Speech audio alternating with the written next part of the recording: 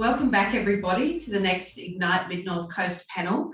And this panel is about workforce shortages. And I probably do not need to tell you that we're very passionate about that at RDA Mid-North Coast. If you haven't seen it, make sure you jump online and have a look at the North Coast Employment Strategy. That's on our website and also RDA Northern Rivers website. I'd now like to introduce the panel host today is Dr. Stephen Saunders. And Stephen is the employment facilitator for the local jobs program for the Mid-North Coast. Thanks for joining us, Stephen. Thank you very much, Kerry, and a happy Diwali to all our Hindu friends and those who celebrate it. And we've just been blessed with a colleague who provided some fabulous food to celebrate that occasion. Highly recommended. I'd like to introduce the panel. Today we have, I was going to say formidable, but a really interesting diversity of speakers. First up, we have Joe Palmer, who's founder and managing director of Pointer Remote. And Joe comes to us from Wagga Wagga, or as I'm sure the locals call it, Wagga. And her work has been motivated by the social and economic benefits that remote work provides for marginalised members of the community. And she believes that your location, gender, physical ability or ethnicity should not determine the work that you do. Also passionate about environmental, social and fiscal benefits that organisations experience through hiring remotely. And she's got a slew of awards, as many of our presenters do have, and it's great to have you here with us, Joe. Thanks for having me. Thank you.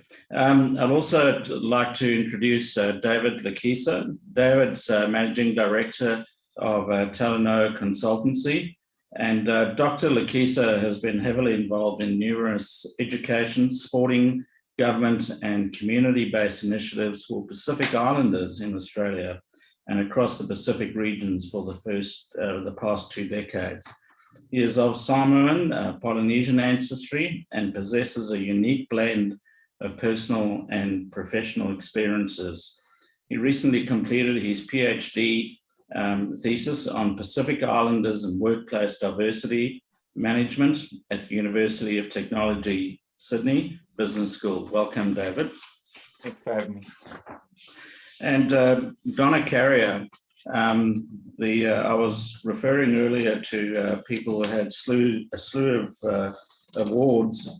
Donna is an award-winning hospitality and tourism entrepreneur with over 4 decades industry experience. She's founder and operator of the multi-award-winning Bent on Food, a regional cafe and catering company based in Wingham on the Mid-North Coast. And as you know, we are coming to you online, but via Wingham with this conference. She's delivered hospitality training programs in both non-accredited and accredited environments. Her cafe is in fact not just a cafe, but a destination. And Donna was recently awarded the New South Wales Mid-North Coast Outstanding Business Leader of the Year award. So welcome, Donna.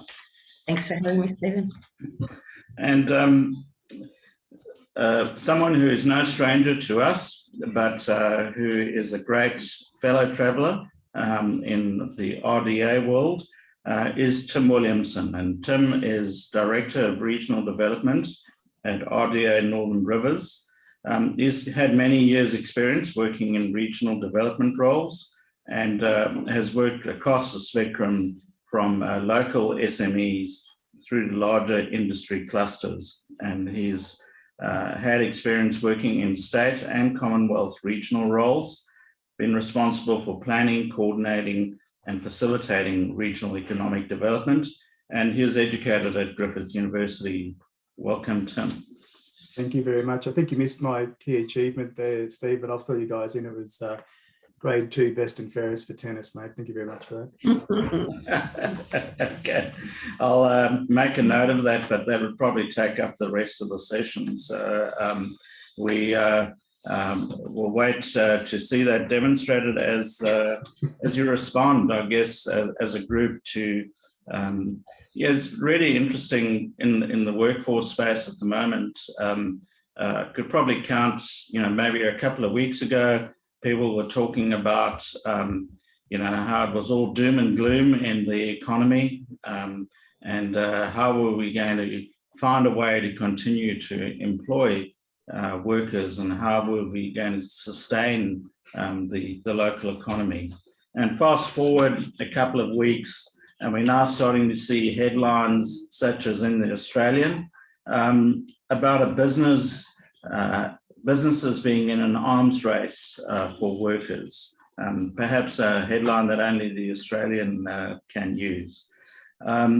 We also saw yesterday in the Australian Financial Review, the NAB compiles a job ads index using SEEK, and they sort of announced that in October there was a 20% jump in the number of job ads placed, suggesting significant shortages, and that was backing off the 23% of the previous month.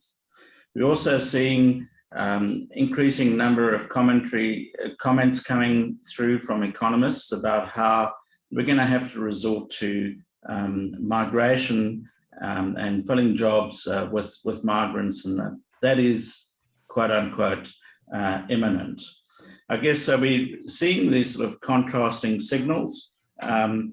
Those of us who are in the space know that there are many structural factors at work, and that we really need to think holistically about all the strategies, and that's the purpose of our panel today.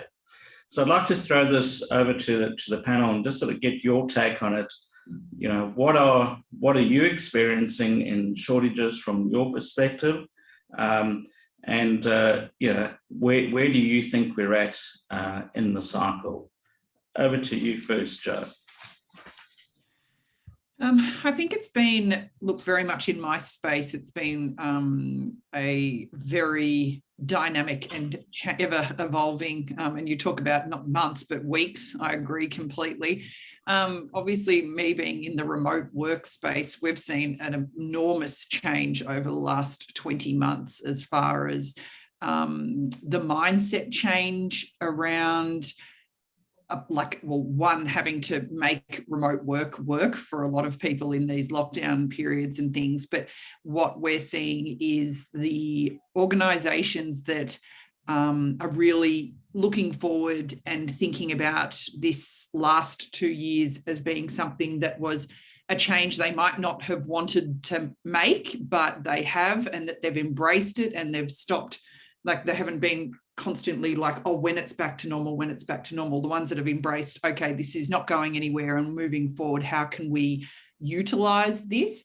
I feel that those organisations that are embracing this way of working are really just bringing it into the narrative, into their brand story, into how they advertise jobs, but how the culture in their organisation works. And I think that it's a challenging time at the moment because there's sort of this unrest and uncertainty. But I think moving forward, those organisations are the ones that are having less trouble finding the talent in my world, where the sort of jobs that we and the businesses that we work with, because they're using that to their advantage. So I think it's going to be really interesting for organisations that are resisting the flexibility that workers are now demanding. So I think, everyone will agree, there is a shortage of people for the jobs. And I think the ones in our world that we're seeing that are not only just doing it by default, but the ones that are really embracing it are the ones that are going to outlast and out-recruit and outperform all of their competition that are not sort of getting on board with it. So that's where I'm sort of seeing it. In saying that, there is still lots of lots of businesses looking for people, but again, I think that the job seekers are being more picky, and you can actually see now if someone is genuine about making that flexibility thing a reality, or if they're just going through the motions to get bums on seats. Thank you. So David, you're exposed to a particular part of the workforce, and certainly a very significant part of the seasonal workforce here in this part of the world. What's your take on the current workforce situation? Thanks, Stephen. Joe, I really love how you articulated that constant negotiation, that tension between, demand and everything that goes between. And Stephen, like, what I do love is that the North Coast region is an absolute powerhouse for berry production, right? And this influx of Pacific Islander workers speaks to what Joe was talking about, that evolving piece. My focus is more that, I guess, boosting productivity, performance through cultural safety. And so it's like any onboarding them, but we've got to put in perspective these seasonal workers and the skill shortages in Australia that have been met through this Pacific workforce, if you will. This migration of sorts isn't just the seasonal, right? It's meat processing, it's human services, aged care. It's right across the various sectors. But what we are finding is that with it comes amazing challenges, opportunities, but also brings with it some really specific challenges that are similar in any workforce, but very poignant, if you will, in the Pacific space. For example, to be quite real, where the Pacific, whether it's they're coming from a Pacific environment and being embedded, right, whether it's a 2-3 year contract through visas and immersed directly into Australian culture, and some things that perhaps in terms of alcohol abuse or physical discipline or even health. I mean, something as simple as private health insurance as part of the improved employer, it's non-existent in the Pacific, and so for them it's such a foreign thing, and the majority are sending the majority of their the earnings home anyway, and so are struggling, because of that collectivist sort of culture. So all that tension, or that constant negotiation between what I use, what's called psychological contract, that implicit contract between employee and employer. What you shared, Joe, is exactly what it's experiencing. And since 2008, I think in Australia we've experienced up to around 20,000 seasonal workers, and that number is only going to continue to grow. And that's why I commend Stephen and Tim, everything that you guys do, because you're at the coalface of this, emerging, if you will, workforce in an area, an important region of Australia like the North Coast. Thanks, David. And Donna, speaking of the coalface, I guess you particularly, you have in many ways quite a unique position, in the sense that you're at the coalface, you have a business, but you also sit on the peak industry board for tourism for the region. And so I know that in our conversations, it's almost been like a pendulum, depending on the day of the week that I speak to you. One day it's really bad, next day it's maybe not quite so bad, then it's very bad, then there's some light at the end of the tunnel. How are you dealing with that, and what do you hear from your industry peers? It's quite difficult in our industry at the moment. I mean, we're all getting excited to welcome visitors, and we're all talking about the visitors that will be coming to our region, which is wonderful. But we also know that we're not going to have enough staff to look after them.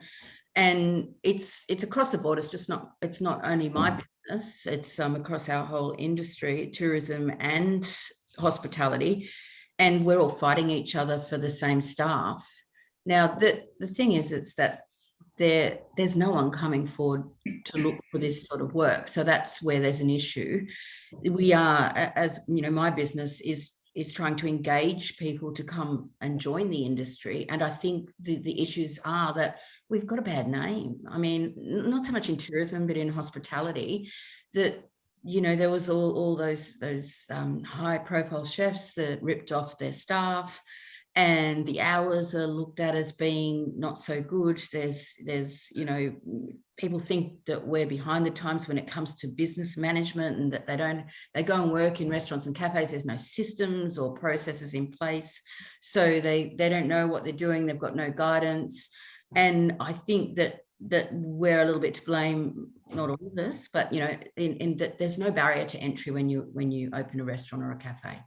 No one that comes in and shows you what to do.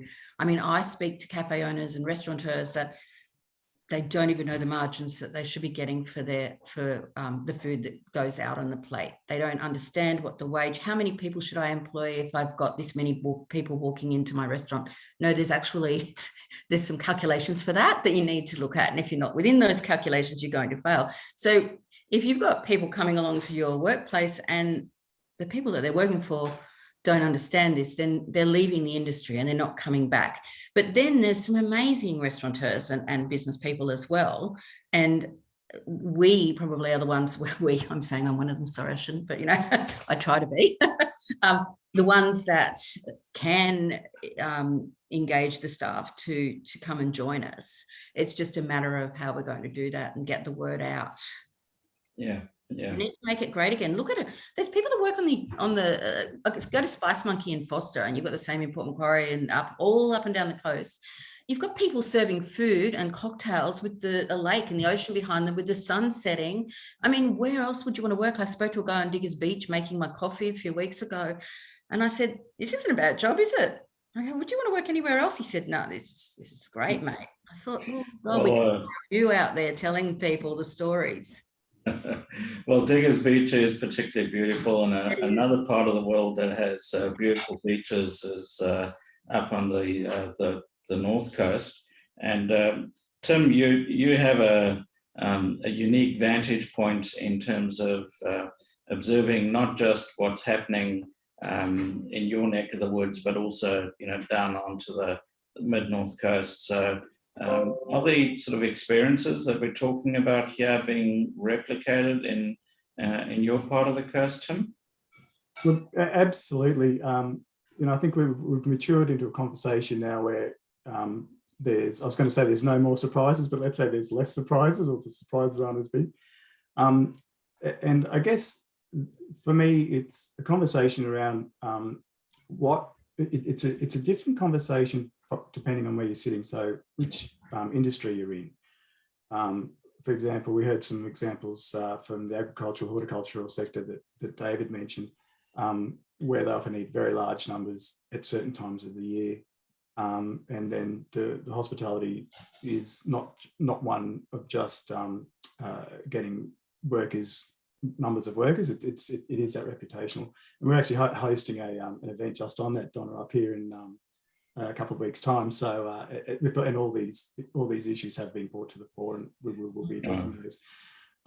So take a slice across all the different industries, and the business owners, they'll have similar but different stories.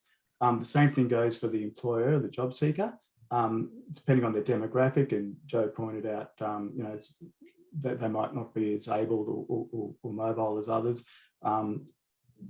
Geographically, where do they live? It might be difficult to get. They might love to be in hospitality, but they can't get the transport to jobs. You know, there's a whole raft of very, very complex. It is a wicked problem, and I mean that in the truest sense of the word.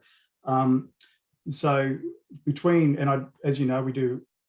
I've got the great privilege to work closely with Kerry and yourself. And a lot of our boundaries do overlap, obviously. So we do see very, very similar stories. Our big industries are very similar, or big employing industries are very similar, so we do have the same thing. So face the same issues, but where my mind's going now is that amongst all that, you know, cyclone and whirlwind of issues and problems and concerns, is that we've got the times moving on, and we've got the future of work sort of coming in at us as well.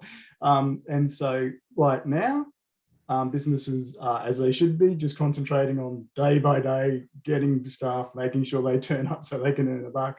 The longer strategic play is the future of work, which then brings in a whole bunch of other issues. And I guess that's where there's a messy bit in the middle, obviously, but I think that strategic end is where the more that we can join as North Coast, between Mid North Coast and Northern Rivers, we can start to develop up these employment strategies, which Kerry and I have done, which is fantastic, and start to, I guess, lay a roadmap so that the businesses that are concentrated on the here and now can sort of find a path maybe through to the future issues as well.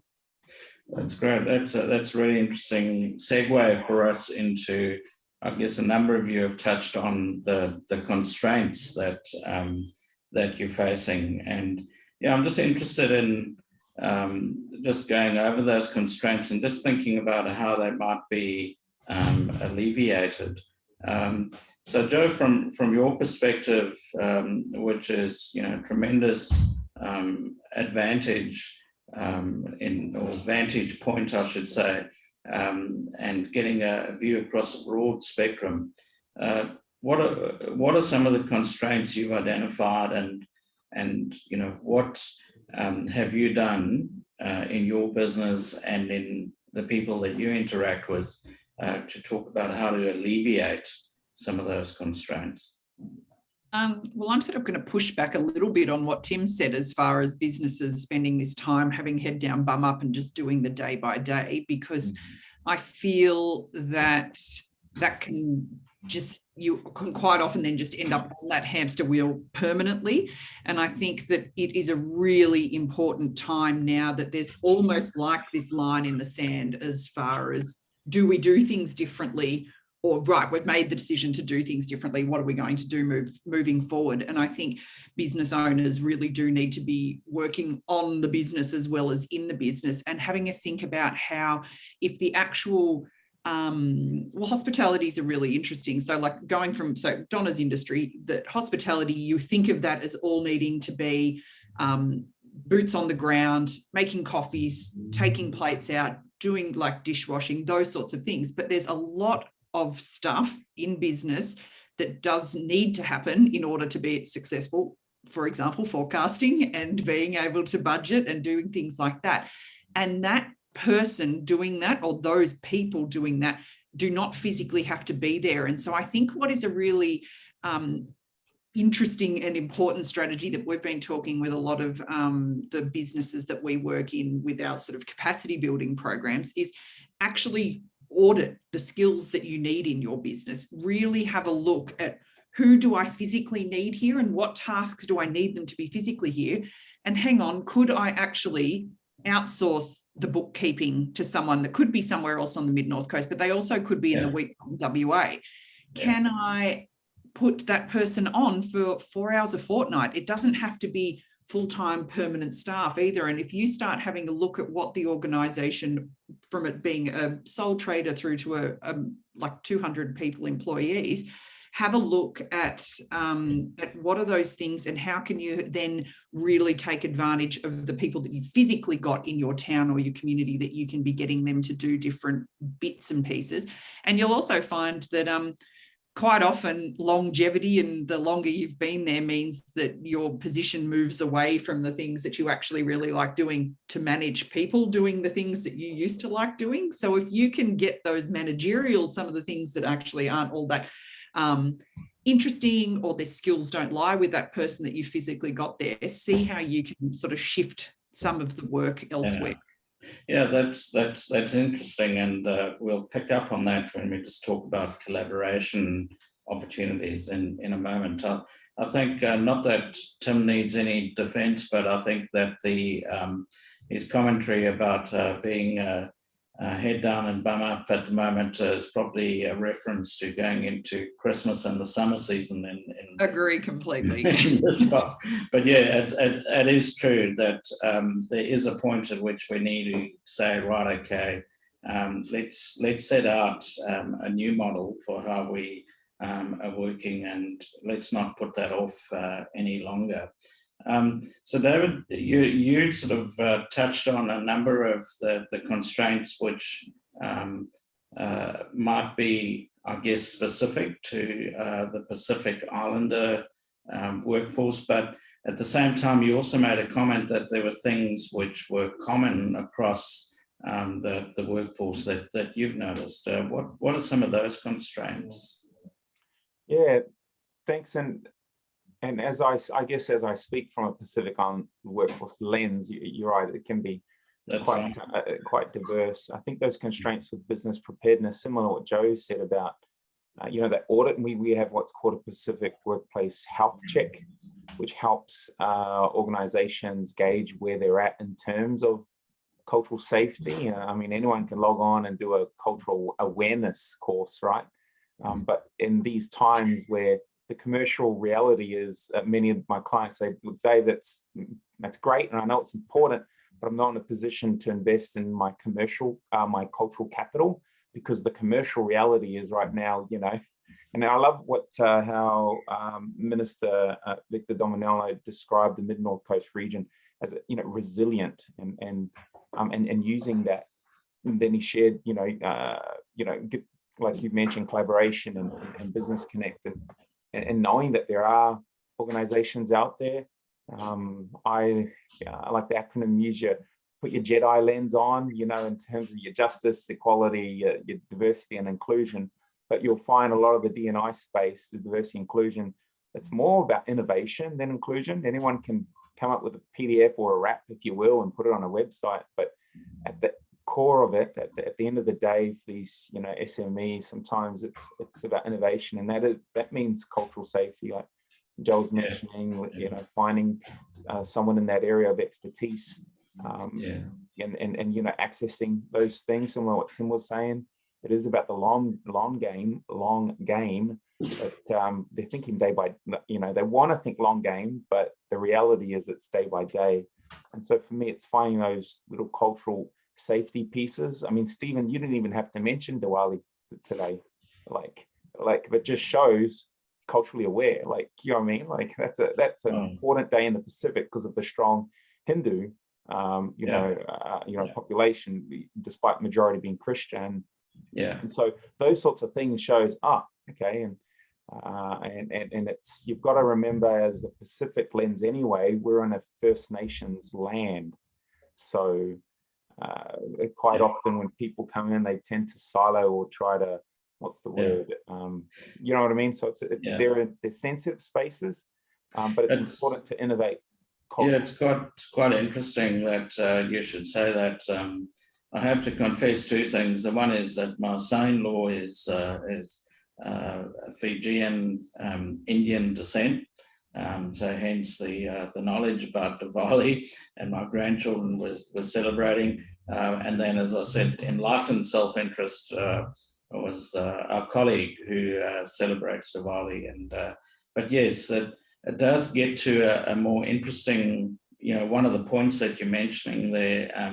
I had a client who was working with a Pacific workforce, and I think in the early days he went on an extremely steep learning curve around some of the particular cultural, if I can use the term, sensitivities. Going to church on a Sunday, which isn't something that's necessarily widespread here, but all of which pointed me back to the principle of it doesn't really matter what culture your workers are, but you do need to have a really good understanding of where they're at and what is important to your particular workforce. Donna, how do you find that where you are?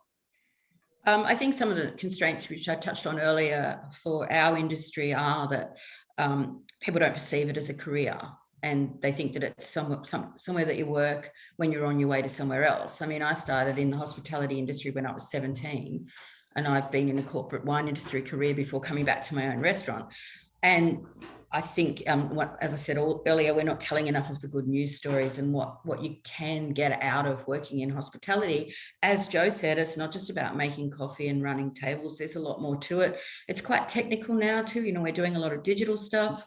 We all have websites, a lot of social media. I spend a lot of time on social media. So it's actually quite an interesting industry to be a part of, and you can go a lot further than what the job seeker thinks. But I think also with training, once the job seeker gets into the workforce, we need to ensure that there's some training out there that's holistic, and that is what the industry needs, because quite often training institutions are giving the job seekers the training they think that is required, where it's not always what the industry is wanting. So there's not enough collaboration, which I guess comes up to our collaboration later. But I guess another constraint is always housing. We need to be able to keep our people that live in our area, and not let them leave for a little while. I think they always like to leave eventually, but make our area, our region, more desirable for them to stay in, not just the jobs, but the actual region. So they want to live here. And if they want to live here, then they want to work here. And we become, our hubs and our hospitality industry becomes part of the solution, because we're providing all of that. You know, where you're going to go on Friday night? Oh, well, down to the bar down the road and have a cocktail. We need to be able to have a holistic approach to hospitality. It's a lifestyle. Working in hospitality is a lifestyle. Going out, it's all lifestyle. And so, you know, it's actually a really good industry to be in. The other constraint is pricing. Consumers are unwilling to pay, and I think farmers will agree with this, the price that we need to get on the plate to pay the right or more wages, and to pay our producers for their food. The pricing hasn't increased. Coffee used to be, everyone used to say you make $1 million out of coffee. You don't make that much out of coffee anymore, because the prices have increased so much. So consumers need to understand that to go out, they don't have to do the dishes, and you know, someone's going to serve them, and that's worth something. So that, you know, that perception of being able to go out for next to nothing. And also I think the inexperienced restaurateurs and cafe owners have provided that too. They haven't allowed for that, the right prices to be out there. Yeah, it's interesting as you say that in the cafe business, while coffee might have a high margin historically, you sure have to make a significant amount of it to actually convert that into dollars, and so on. I think one of the other things that both you and Joe touched on there is this issue of sort of analyzing the business and breaking down the tasks into those that need to be on site versus those that could potentially be done anywhere. But a lot of that requires collaboration. And Tim, you alluded to the future of work, and I know that collaboration is one of those skills which we haven't had taught in schools. We don't, it's the pathway to other things like creativity, requires teamwork. How do you see, that operating as a is the lack of focus on those sort of new future work skills a constraint at the moment? Yeah, absolutely. Something that's really been apparent in the last few years have been the apart from the ability just to get workers, like in the old days it used to be, I can't get a good worker, so I just can't get a worker. It's the ability for the employer to be able to interact with, particularly, and I'm stereotyping, but older employer, younger generation, and understanding that the employer can generally train the skills, particularly if we're talking about entry-level jobs, they can train the skills. It's very much more difficult to train those, the more human skill sets. So, the soft skills that we always talk about, critical thinking, active listening, problem solving, those sorts of things. Now, I know the Foundation for Young Australia, obviously, that put out a seminal report quite a few years back, that's really come to the fore now, and it's the support around the employer and the employee that think is where the collaboration, and going back to the constraint question, constraints as well, that the education system needs to understand, or the training, system needs to be better at bringing these skills in. And I know they're doing a lot of work in that space. The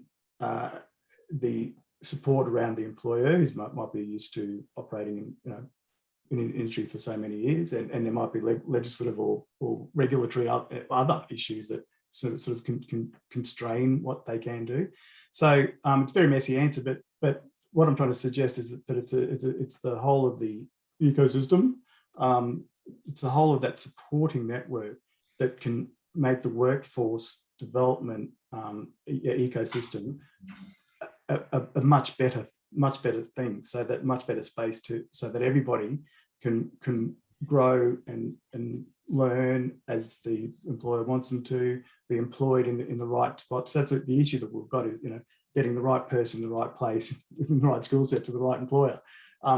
So once we can start to really get the broader support networks in a collaborative way, understanding what needs to happen, then I think we can start to chip away at some of these other issues. But there's still major systemic issues, as I mentioned before, with transport, et cetera, et cetera. So there's collaboration is key, and I don't think there's ever been more of a need in my work history to get all the pieces happening together, because what we're dealing with now certainly wasn't what we were dealing with 25, 35 years ago when I started to work.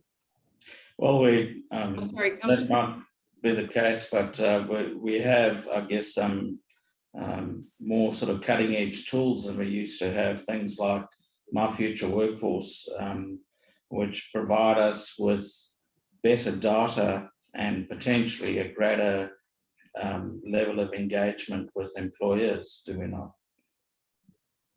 Yeah, just a quick word on that, I guess, Steve, is between Mid-North Coast, who developed the system, and we took it on as Northern Rivers. This is My Future Workforce platform.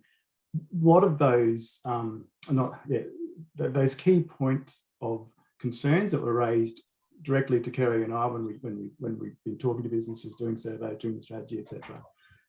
That came together in the Future Workforce platform to try to bring a local solution to those problems. Now, we're not going to solve all the problems, obviously, and certainly not the size, scope and scale of SEEK, which it could be.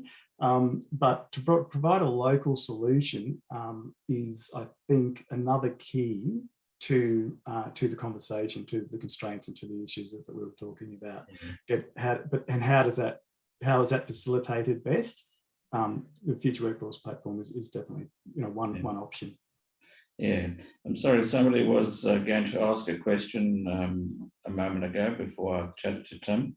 That's right. So I was just going to just sort of pick up on some of the things that Tim was just saying then. I think we often put a lot of the onus on the employee and the young employee and schools and how we're training them, and all like as if that the employee, a lot of the responsibility sits on them to almost manage up.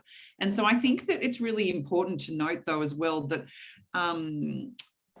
I think a lot of the support and education piece does still really need to be focused around the employer, and really bringing them with the fact that the next generations of employees will work differently. Then you're not going to get them for 30 years. That's gone. That you don't have the one employee for 30 years anymore. And that idea of, oh, well, I'll get them as a new grad and I'll invest all this money in them and I'll train them up and do this, and then they'll stay forever and they'll have this obligation to me to stick around.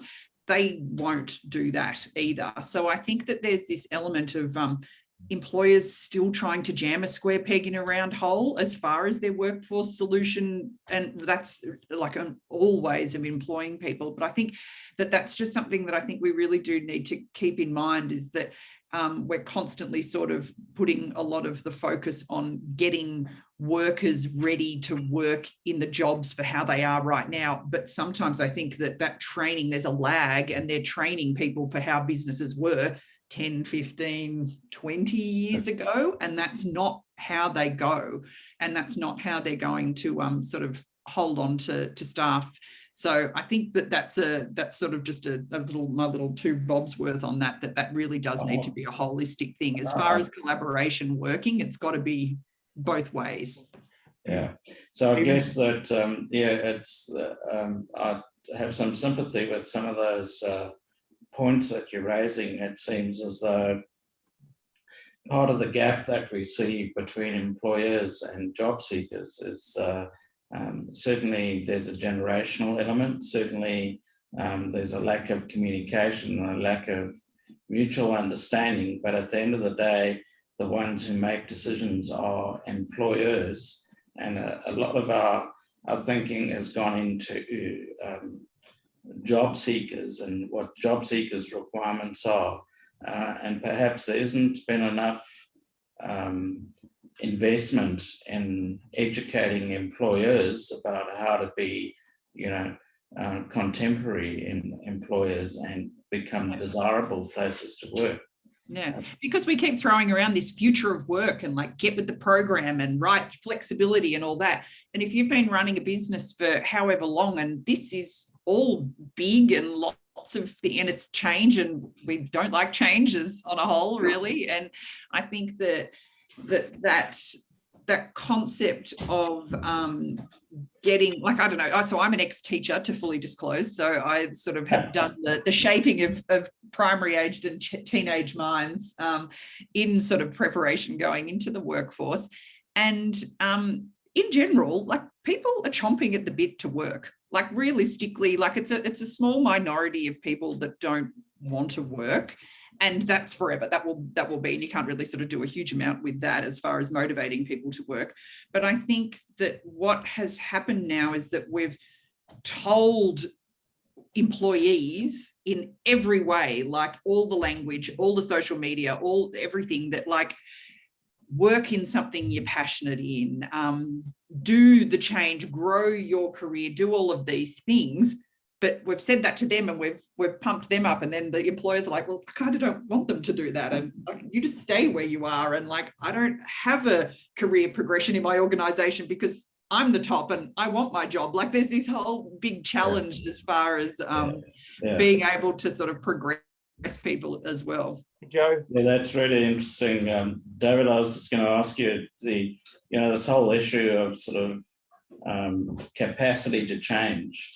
I've just sort of wondered, how well employers are placed to sort of cope with that. Yeah, they're certainly, brilliantly positioned, right? And what I'm hearing, and Joe, it is certainly a delicate dance between job ready and job steady, right? And Donna, you used the word holistic. Tim, you talk about the supportive ecosystem. We've heard the word collaborative.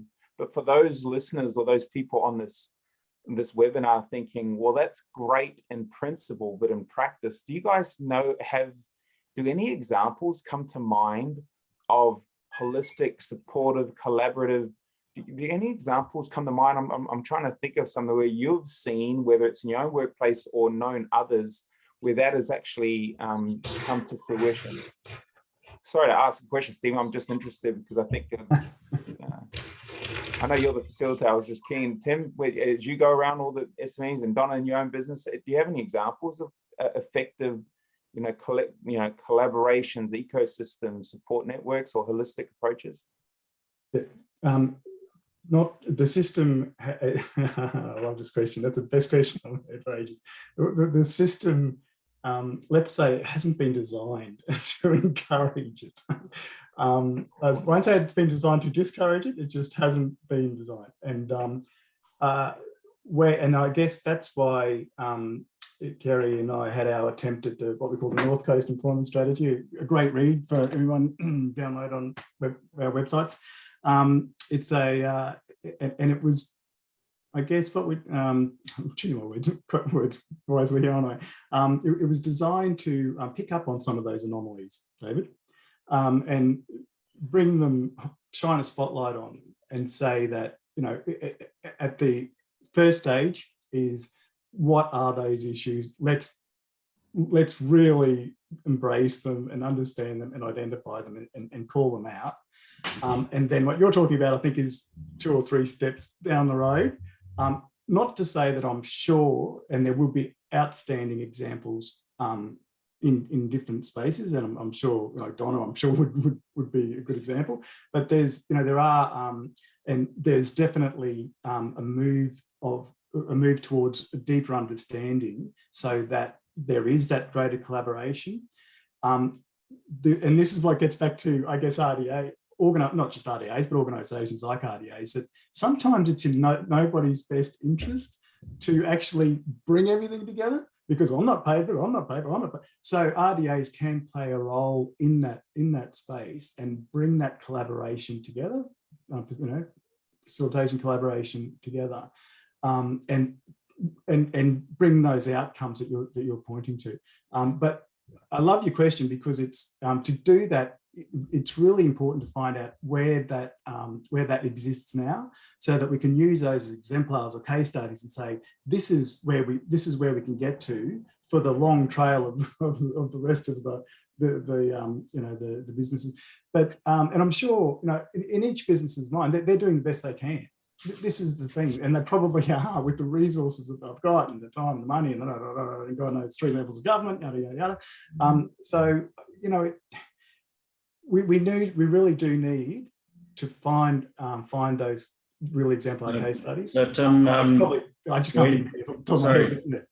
Tim, we do need to start wrapping up, and I guess that is the challenge in terms of those exemplars and finding the right case studies. I think just a thread running through is that we've come through and identified that there needs to be collaboration. As you've pointed out, RDAs can play a role in terms of facilitation, but at the end of the day, it needs to be grounded in a great understanding of where the workforce is at, and for employers to also be changing their thinking to fit in with that. So I'd like to just thank everybody for being on the panel. It's been an interesting discussion. We could have covered a lot more ground. Thank you for listening, and stay tuned. There's lots more good stuff to come this afternoon. Cheers. Thanks a lot, Stephen, and thank you to the panel as well. It was another great conversation. So what we're going to do now is close down this webinar, and we'll see you on the next one. In the next webinar, you're going to hear some local or regional case studies from people working directly in economic development across the region. So again, panel and Stephen, thank you very much. We'll see you in the next session.